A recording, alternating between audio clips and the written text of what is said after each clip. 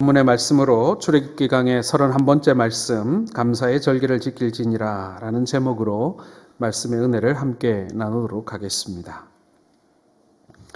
여러분 명절 잘 보내셨습니까?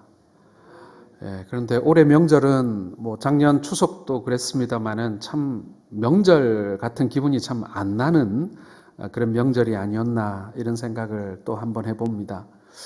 자, 설 명절이 되면 저는 늘 떠오르는 것들이 있는데 올해 설 명절에 이렇게 기름 냄새를 잘 못 맡은 것 같아요. 원래 설 명절이 되면 아파트 복도에도 기름 냄새가 많이 나고요.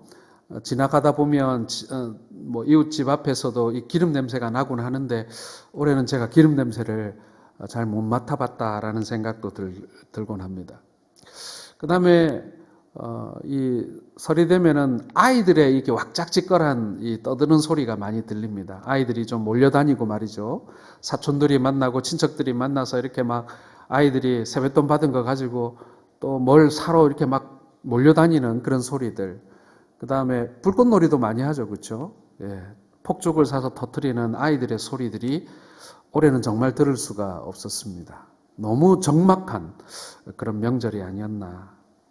그리고 길을 가다 보면 한복을 차려입고 세배를 다니는 사람들의 모습을 많이 볼 수 있었는데 올 설 명절에는 제가 한복 입고 세배 다니는 사람 단 한 명도 보지 못했습니다. 이 세 가지가 저는 설날 하면 떠오르는 이미지인데 올해 이게 하나도 없는 거예요. 또 부모님도 뵙지 못하고 이러다 보니 정말 명절이긴 하나 명절 같지 않은 명절이었다라는 생각을 정말 어쩔 수 없이 하게 되는 그런 설이었습니다. 자, 이스라엘에도 여러분 명절이 참 중요했습니다. 우리 명절하면 이제 가족들이 모이는 것이 가장 큰 의미가 있지 않습니까? 물론 믿지 않는 사람들은 산소도 가고 그 다음에 제사도 지내고 이렇게 합니다만 우리 믿는 사람들도 가족들이 함께 모여서 예배하는 것이 참으로 중요한 그리고 그것이 참 행복한 그런 명절인데요. 이스라엘에도 이 명절이 되면 가족들이 모입니다. 자, 그런데 이스라엘의 명절의 특징은 뭐냐면요. 이 명절을 하나님이 정하여 주셨다라는 것입니다. 우리 설날이나 우리 추석은 기원이 정확하지 않아요. 하도 오래전부터 이렇게 대대로 이렇게 내려오던 명절이라 누가 만들었는지 또 어떻게 생겨났는지 우리는 그 기원을 잘 알지 못하는 이렇게 오랜 세월 이렇게 내려온 겁니다. 그런데 이스라엘의 명절은 달라요. 이스라엘의 명절은 출애굽 이후에 하나님께서 정하여 주신 명절입니다. 그 이전에는 이스라엘 백성들이 애굽에 거할 때는 그러한 명절이 없었단 말이죠. 하나님이 정해주신 명절이기에 하나님께서 목적하신 바가 있다라는 것입니다. 하나님께서 이 명절을 정해주신 이유가 그저 가족들끼리 모여서 만난 거 해먹으라 라고 만들어주신 명절은 아니었다는 것입니다. 하나님의 메시지가 있고 하나님의 교훈이 드러나야 비로소 진짜 이스라엘 명절이라고 말할 수가 있는 것입니다. 이것이 빠지면 명절이 아닌 거예요. 하나님께서는 모세에게 3대 절기를 지킬 것을 말씀하십니다. 첫 번째 절기는 유월절입니다. 유월절은 이스라엘 민족이 애굽의 노예에서 해방된 것을 기념하며 지켰던 절기입니다. 신약시대로 말하면 구원의 감사에서 지키는 절기라고 보면 될 것 같습니다. 두 번째 절기는 맥추절입니다. 이 절기는 오순절이라고도 하고 칠칠절이라고도 하는데요. 이것은 첫 열매를 하나님께 드리는 그러한 절기입니다. 보리를 추수하여 감사했던 그런 절기이기도 하죠. 세 번째 절기는 수장절입니다.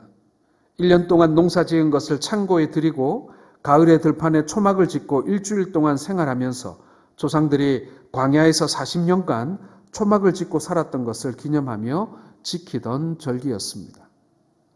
여러분, 이스라엘 백성들이 이 광야 생활을 하는 동안에 그 출애굽 1세대들은 다 광야에서 죽습니다. 그리고 광야에서 태어난 만나 세대, 그러니까 만나를 먹으면서 태어났고 자랐던 그 만나 세대가 이 가나안 땅에 들어가게 되는데 이 만나 세대는 한 번도 농사를 지어 본 적이 없어요. 할 줄 아는 거라고는 아침에 항아리 들고 들판에 나가가지고 바구니 들고 만나 따오는 거. 그 다음에 구름 기둥이 올라갔다 내려갔다 하면 그것에 따라서 텐트 접었다 폈다 하면서 이동하는 거.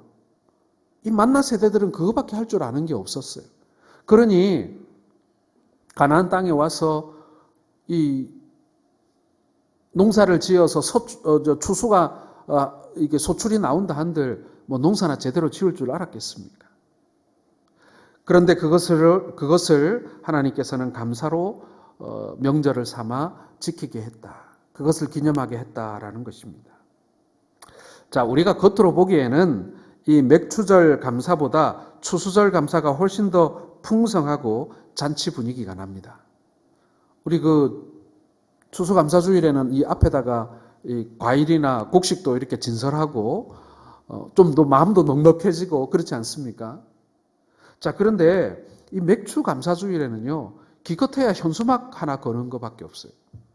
오늘 우리가 맥추감사주일은 아니지만 오늘 우리가 이 출애굽기를 쭉 가다 보니까 오늘 명절이 나왔어요. 그래서 오늘 명절에 관한 이야기를 하게 될 텐데요. 특별히 여러분, 이 이스라엘의 3대 명절 중에 오늘 맥추절에 관한 이야기를 여러분들에게 드리고자 합니다. 맥추절은 우리가 생각하기에 그렇게 썩 의미 있는 절기처럼 보이지 않습니다. 그러나 알고 보면요, 이 맥추절은 굉장히 영적인 의미가 있는, 그리고 기독교 신앙에 있어 정수를 보여주는 그런 절기라고 말할 수가 있는 것입니다. 맥추감사절은 더 놀라운 감사, 그리고 더 힘있는 감사를 드릴 수 있는 그런 기회인 것입니다. 여러분, 추수감사절도 분명 귀하지요. 모든 열매를 하나님께서 주신 것에 대하여 하나님 앞에 감사하는 그런 날입니다. 그런데 그날은요, 풍성해요. 모든 게 풍성합니다.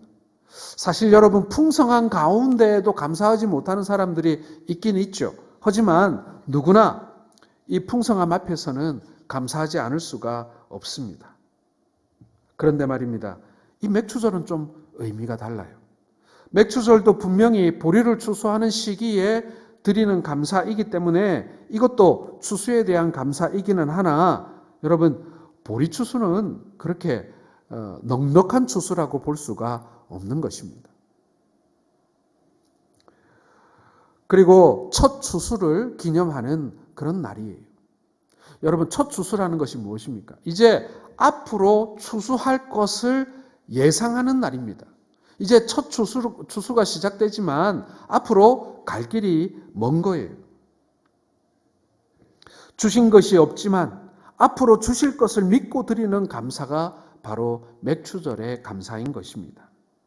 보이지 않는 것을 보는 것처럼 믿고 드리는 감사이기 때문에 어찌 보면 여러분, 우리의 기독교 신앙에 훨씬 더 부합하는, 우리의 어떤 영적인 자세와 훨씬 더 부합하는 것이 바로 이 맥추절의 감사, 보지 않고 드리는 감사, 받지 않고 드리는 감사라는 것입니다.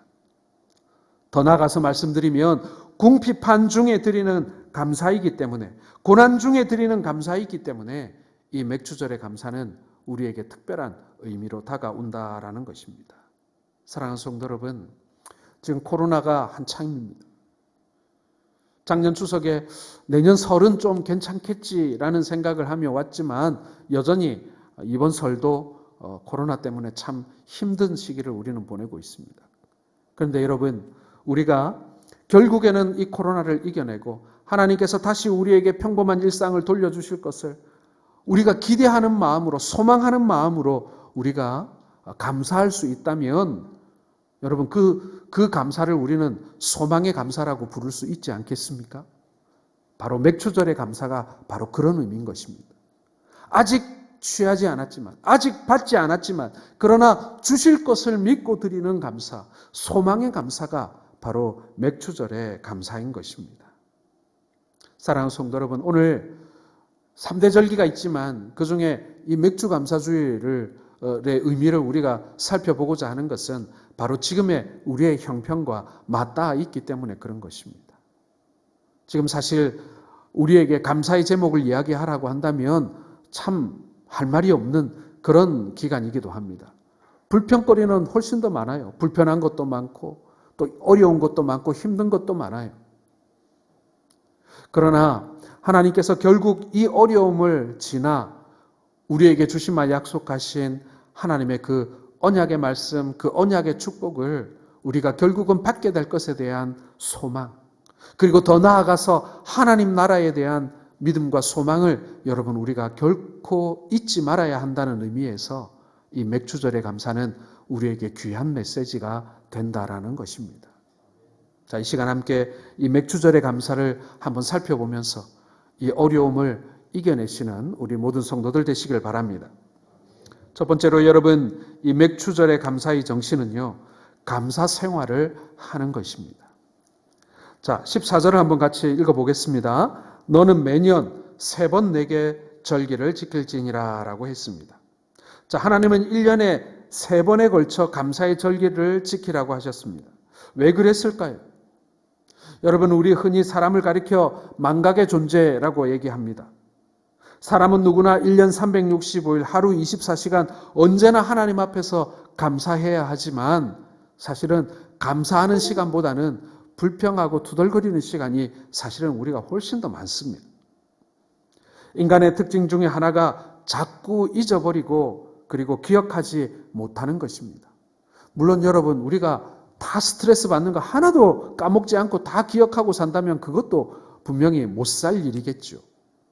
하지만 오래 기억해야 할 감사를 우리는 너무나 쉽게 잊어버리고 산다는 것입니다.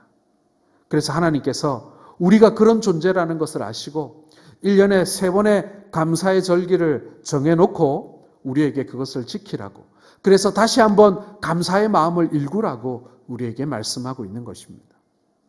간혹 아이고 주보에 감사헌금 봉투, 절기헌금 봉투가 왜 이렇게 자주 끼워져 있나 이렇게 생각이 들 때가 있습니다.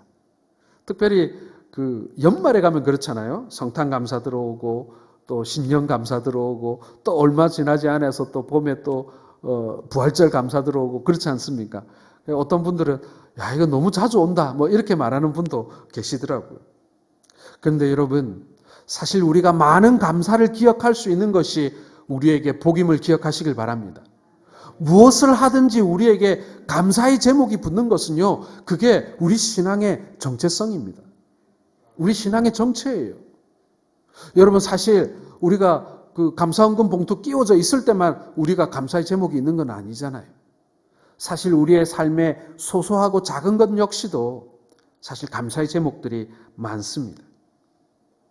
구원을 베풀어 주신 것도 감사하고, 먹을 것을 주신 것도 감사하고, 지금까지 인도에 보호해 주시는 것도 감사하고, 건강을 주신 것도 감사하고, 언제나 내 곁에 계시고 위로해 주시고 힘 주시고 새 능력 주시는 것도 감사합니다.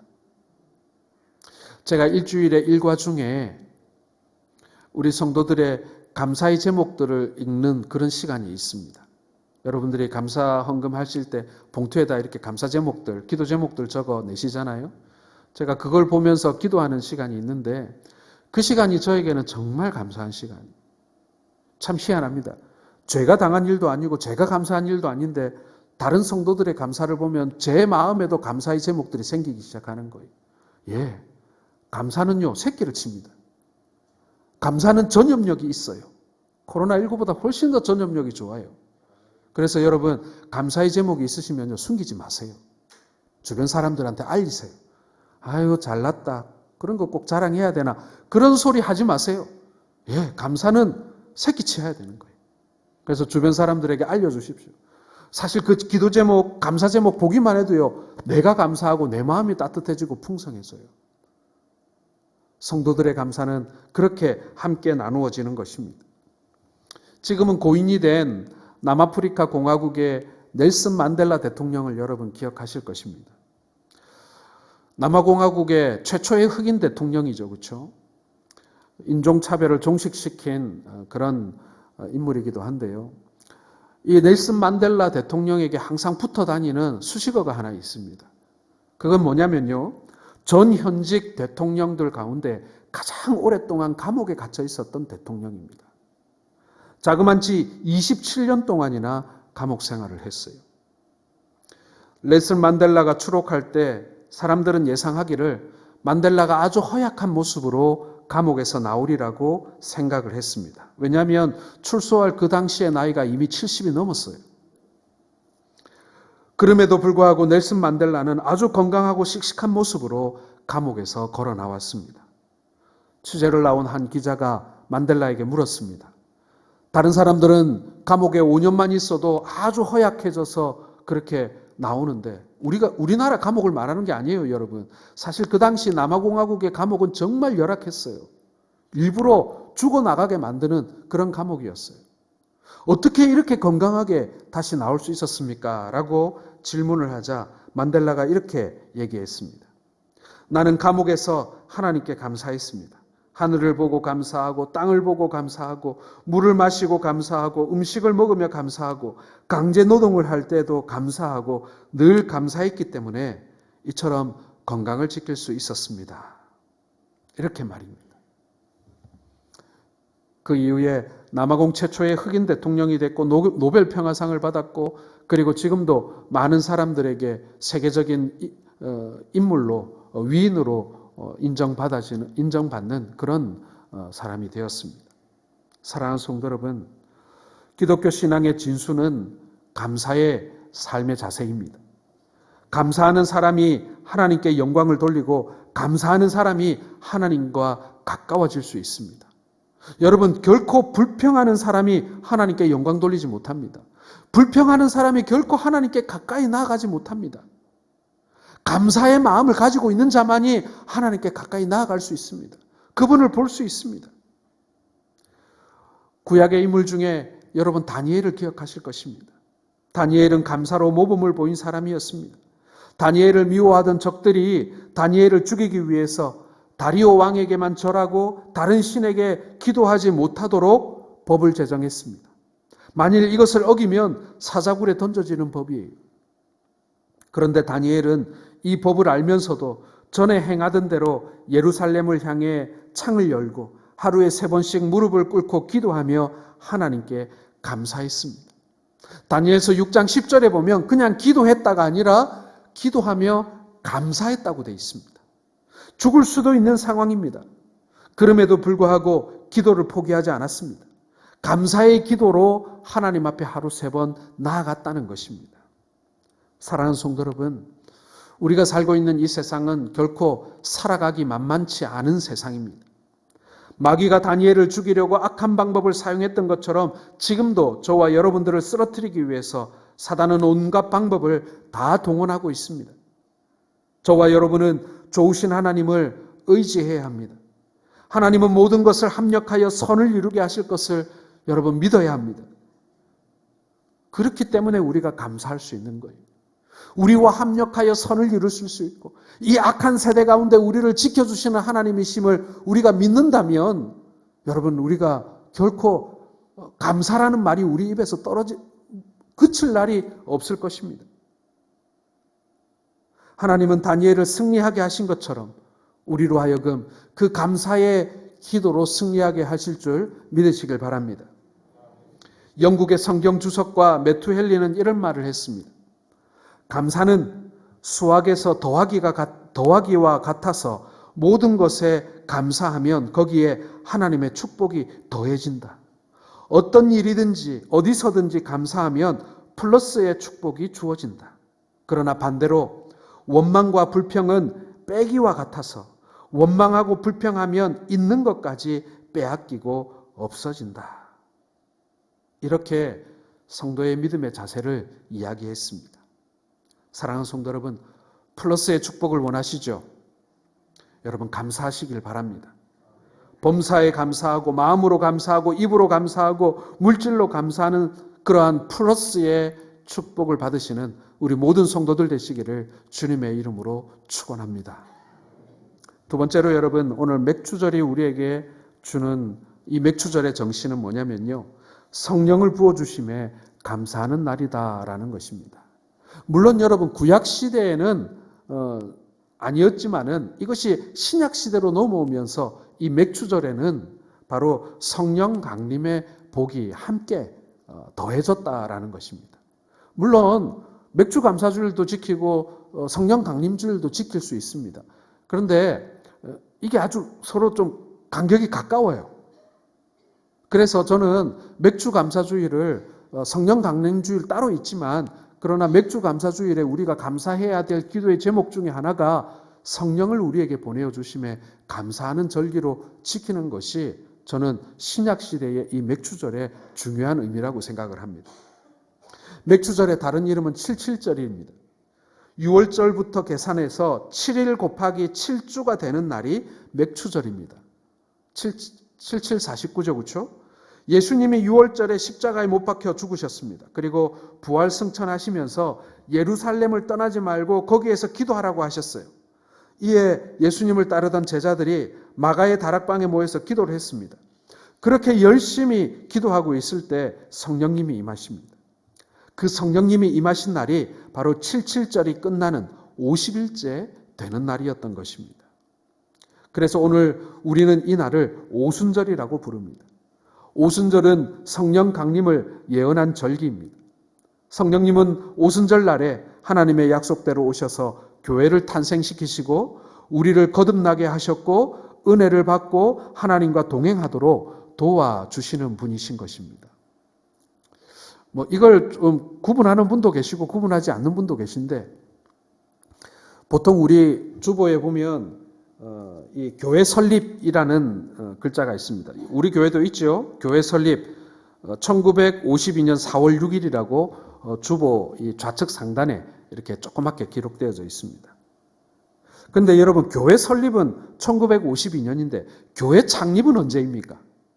이 지상에 교회라는 것이 세워진 날은 언제입니까? 네, 바로 성령님이 강림하셔서 예루살렘에 지상의 첫 교회가 세워진 그날이 여러분 교회 창립일입니다. 그 우주적인 교회, 이 지상 교회의 하나로서 우리 성동교회가 1952년 4월 6일에 설립된 거예요. 창립과 설립이 좀 구분이 되십니까? 바로 교회가 시작된 날이 바로 이 맥주절이라고 말할 수 있는 것입니다. 사랑하는 성도 여러분 혹시 집에 쓰지 않는 신용카드 몇 장씩 있으시죠? 유효기간이 지났거나 아니면은 사용 정지된 카드들이 몇 개씩 있으실 것입니다. 그거 잘라버리셔야 되는데 간혹 아주 예쁜 카드들은 잘라버리기가 아까워서 이렇게 서랍에 넣어두곤 합니다. 자, 그런데 여러분 유효기간 보기에는 멀쩡한 카드지만 그 카드 쓸 수 있습니까? 없습니까? 예, 그 카드 쓰면 망신당합니다. 그렇죠? 예, 정지된 카드입니다. 이런 얘기 듣습니다. 그러나 지금 여러분들의 지갑 속에는 유효기간이 남아있는 카드도 들어있을 것입니다. 그 카드는 어떻게 쓰는 것입니까?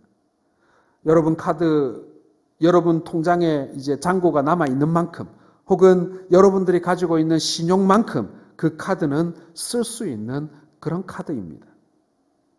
비슷하게 생긴 두 사람이 있습니다. 한 사람은 그리스도인이고 한 사람은 그리스도인이 아닙니다. 두 사람을 비교해보면 비슷한 육신을 가지고 있습니다. 아니 믿지 않는 사람이 우리보다 훨씬 더 건강하고 아름다운 육체를 가지고 있을 수도 있습니다. 그러나 이 두 사람의 상태의 차이는 하늘과 땅만큼 큰 차이가 있습니다. 좀 쉽게 말씀드리냐면 유효기간이 지난 카드와 유효기간이 남은 카드의 차이라고도 할 수 있습니다. 비슷해 보이지만 완전히 다른 두 카드처럼 비슷해 보이지만 영적인 차원에서 엄청난 차이를 가지고 있는 것입니다. 여러분 그 차이를 가져다 주는 분이 누군지 아세요? 바로 성령님인 것입니다. 성령이 계신 사람과 성령이 안 계신 사람의 차이. 그것은 쓸 수 있는 카드와 쓸 수 없는 카드의 차이와 아주 유사합니다. 사랑하는 성도 여러분, 우리는 성령 부어주심에 감사해야 됩니다. 성령님이 나에게 찾아오셔서 내 안에 내주하고 계심에 여러분 감사해야 합니다. 어찌 보면 그것이 얼마나 중요한 일인지 몰라요. 당신 예수 믿나? 라고 얘기하는 것은 여러분 그냥 믿지 않는 사람하고 얘기할 때 그렇게 하는 거고요. 우리 믿는 사람들끼리 얘기할 때는 당신 안에 성령님 계십니까? 이것이 진짜 우리의 질문이 되어야 하는 것입니다. 사랑하는 성도 여러분, 맥주 감사주일의 정신은 바로 그거예요. 마치 공기처럼, 마치 우리가 매 순간 매일 마시는 물처럼 너무나도 우리 옆에 당연하게 준비되어져 있고 쉽게 구할 수 있어서 그 중요함을 모르는 공기나 물처럼 성령님은 우리와 함께 살고 계시는 거예요. 그래서 그 성령님이 얼마나 내게 귀한 분인지, 나에게 얼마나 소중한 분인지, 그리고 얼마나 나에게 큰 복을 주시고 계시는 분인지 우리가 잘 몰라요.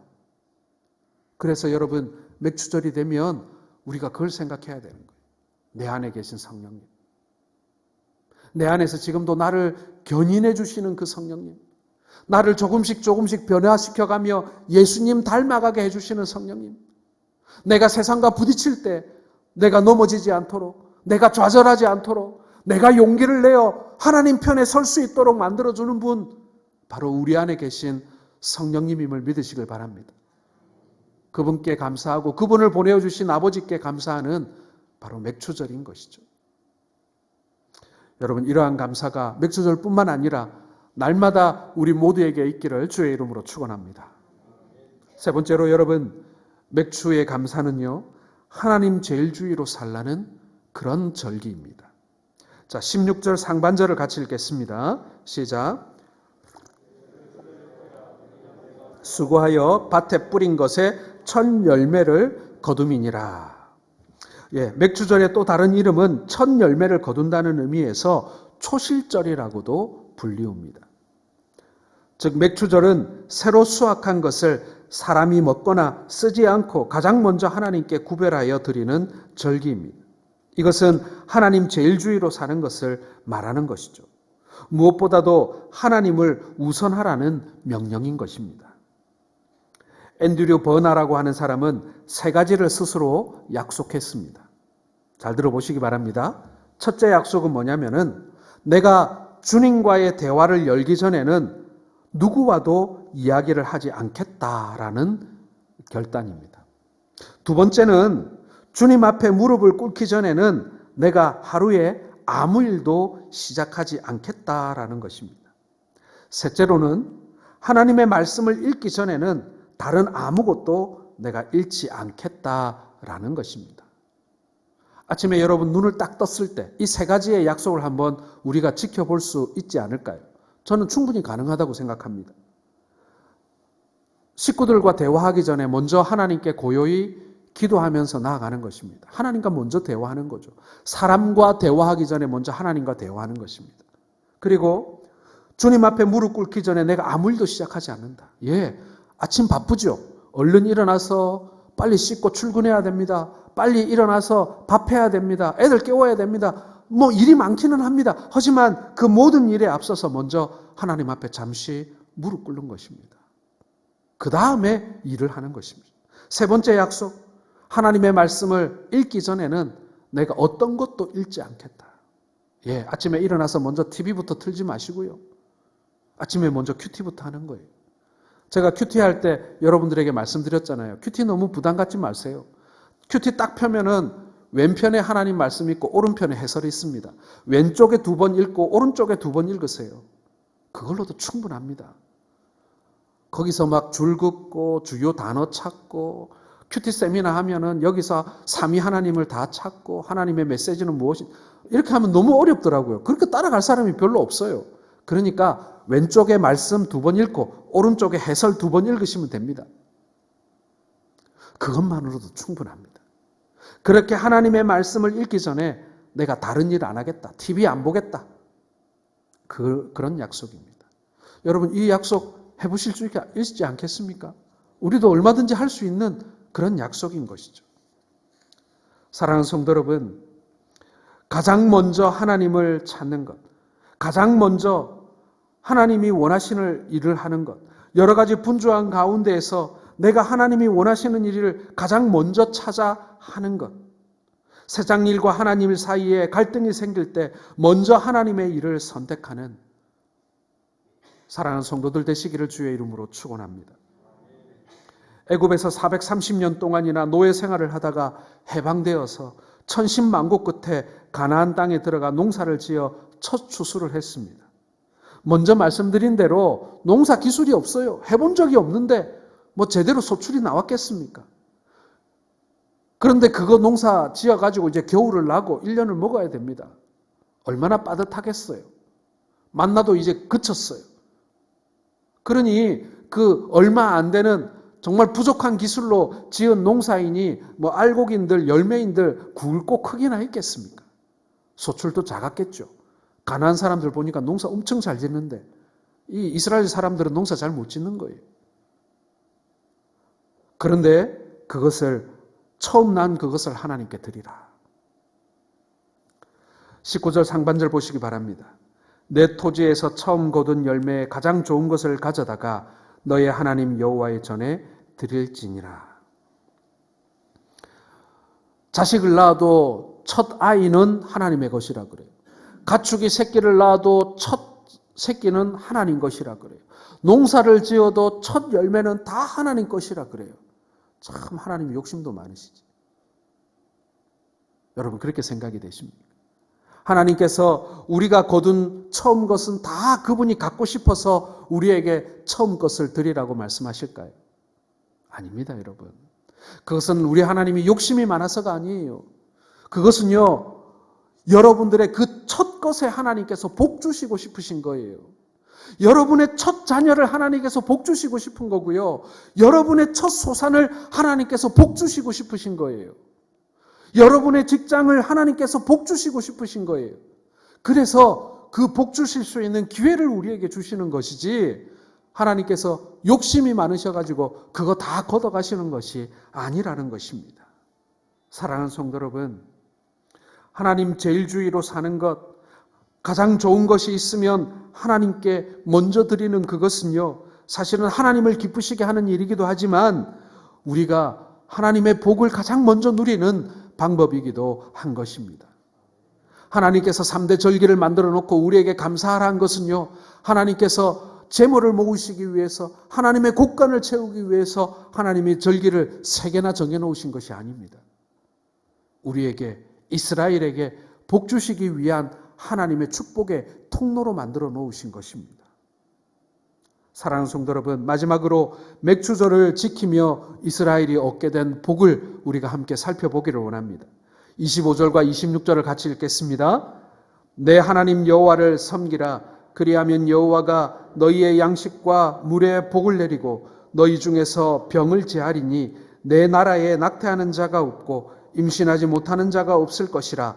내가 너의 날수를 채우리라. 예, 이 감사의 절기를 지킨다. 다른 말로 하면 감사의 삶을 살아가는 성도들에게 주시는 하나님의 복인 것입니다. 첫째로 양식과 물에 복을 주신다고 했습니다. 양식과 물에 복을 주신다는 의미는요, 하나님께서 우리에게 필요한 물질의 복을 채워주신다라는 의미입니다. 인간이 지식과 노력과 수고를 해도 안 되고 어려울 때 그리고 낙심할 때가 많은 것이 인생의 그런 길인데 그때마다 하나님 앞에 도움을 구하라는 것입니다. 그리고 받지 못했어도 얻은 것이 없어도 주실 줄로 믿고 감사해 보라는 것입니다. 그러면 하나님께서 그 양식과 물에 복을 주시는 것을 경험하게 될 것이다 라는 것이죠. 뿐만 아니라 하나님께서는 너희 중에서 병을 제하리라고 말씀하십니다. 이 감사의 절기를 잘 지키면요, 건강에 복을 주신다는 거예요. 여러분, 이것도 과학적으로 맞는 얘기 아닙니까? 불평하고 원망하는 사람이 건강하겠습니까? 모든 일에 감사하고 또 기쁨이 있는 사람이 건강하겠습니까? 마음에 원망과 분노, 화를 쌓는 사람은요, 사실 거기에서 모든 병이 시작되는 거예요. 그러나 늘 감사하고 그리고 늘 그 감사를 주변 사람들에게 전파하는 사람은요, 건강할 수밖에 없는 것입니다. 나의 감사뿐만 아니라 남들이 감사한 것을 보고 나도 감사해지는 그렇게 전염력이 뛰어난 사람, 그런 사람이 더, 제가 지난주에 말씀드렸듯이 공감 능력이 좋은 사람이요, 훨씬 더 건강해지는 것입니다. 뿐만 아니라 세 번째로 하나님께서는 자녀의 복을 주신다라고 말씀합니다. 낙태하는 자가 없고 임신하지 못하는 자가 없을 것이라고 그 후손에 대한 보장을 해주고 계십니다. 사랑하는 성도 여러분, 우리에게 여러 가지 복이 많이 있지만 자식들이 번창하고 자손들이 번창하고 그 번창하는 자손들을 보는 것만큼 큰 감사가 어디 있고 그것보다 더 행복한 일이 또 어디 있겠습니까? 그렇지 않습니까, 여러분? 그것을 가능하게 해주신다는 얘기입니다. 그리고 네 번째 마지막으로 날수를 채워주시는 복을 주신다. 이 말은 쉽게 말씀드려서요, 장수하는 복을 주시겠다라는 것입니다. 하나님께서 감사의 절기를 지키는 자들에게 하나님께서 주시는 그 날수, 인생의 날수를 채워주시는 은혜, 하나님께서 그 날수를 길게 주셔서 장국해 되는 은혜를 베풀어 주신다라는 것입니다. 그런 의미에서 여러분, 하나님이 주신 날수를 다 채운 믿는 자들의 장래는 축제의 날이 되는 것입니다. 사랑하는 성도 여러분, 우리 교회 성도들 모두가 하나님이 주시는 이 날수를 채우시는 복을 누리실 수 있기를 주의 이름으로 축원합니다. 여러분, 요즘에 도시교회에서는 이 맥주절을 잘 안 지킨다는 말이 들려옵니다. 농경사회의 유물을 도시화된 지금 지키는 것이 불합리하다는 그런 말도 듣습니다. 구약의 유산을 신약시대에 지킬 필요가 없다는 말도 합니다. 지금은 보리농사도 짓지 않는데 굳이 맥주절을 지킬 필요가 있느냐 하는 것입니다. 그러나 이 맥주절의 의미를 가만히 들여다보면 결코 포기할 수 없는 신앙생활에 있어서 없어서는 안 되는 중요한 절기라는 사실을 우리는 알게 되는 것입니다. 기독교의 핵심 교리가 이 맥주절기 안에 들어 있습니다. 우리가 살펴본 대로 주실 줄로 믿고 어려움 가운데 드리는 감사의 절기, 역설의 감사가 있다라는 것입니다. 사랑하는 성도 여러분, 6월절, 맥주절, 수장절, 이 감사의 절기에 하나님께 보이라는 말씀이 17절에 나옵니다. 내 모든 남자는 매년 3번씩 주 여호와께 보일지니라. 이 명령은 굉장히 번거롭고 불편한 명령입니다. 가나안 땅 전역에 살아가는 모든 이스라엘 남자들은 1년에 3번 예루살렘에 올라와서 하나님 앞에 대면 예배를 드리라는 그런 뜻이에요. 그러니 우리 1년에 예비군 훈련 몇 번 갑니까? 한 번 갑니까? 사실 그 한 번 가는 것도 이 젊은 사람들, 직장인들 툴툴거립니다. 불편하고 막 연기도 몇 번씩 하고. 그런데 1년에 3번 교통도 불편한 그 시대에 예루살렘까지 생업을 포기하고 올라와서 절기를 지키고 간다는 것은 결코 경제적인 일도 아니고 편리한 일도 아니었습니다. 모든 경비는 정부에서 주는 게 아니에요. 내가 부담하는 거예요. 그렇게 하면서 하나님 앞에 나와 예배를 드렸습니다. 3번도 많다고 해서 요즘에는 2번만 감사절을 드리고 있지 않습니까? 도시교회에서는 이런저런 핑계로 한 번으로 끝내려고도 합니다. 그러나 여러분, 감사는 많으면 많을수록 좋은 것입니다. 하나님 앞에 많은 감사로 드리고 또 하나님께서 우리에게 많은 복을 주시는 것을 여러분 누리실 수 있기를 바랍니다. 이것은 단순히 잘 먹고 잘 사는 복이 아닙니다. 하나님께서 우리의 인생의 참 의미를 깨닫는, 그리고 참 하나님을 만나 그 하나님과 교제하는, 하나님과의 관계가 더 깊어지는 그러한 복임을 여러분 믿으시길 바랍니다. 하나님 제일주의로 사는 것입니다. 눈에 보이지 않는 것을 감사하는 그러한 높은 수준의 믿음의 삶을 살도록 해주는 것입니다. 사랑하는 성도 여러분, 감사의 마음은 여러분 절기에만 지키는 것은 아닐 것입니다. 이 절기의 의미는 1년 365일 감사를 우리의 삶 속에 새겨 놓으라고 만들어 놓으신 하나님의 느낌표가 3개 있는 것입니다.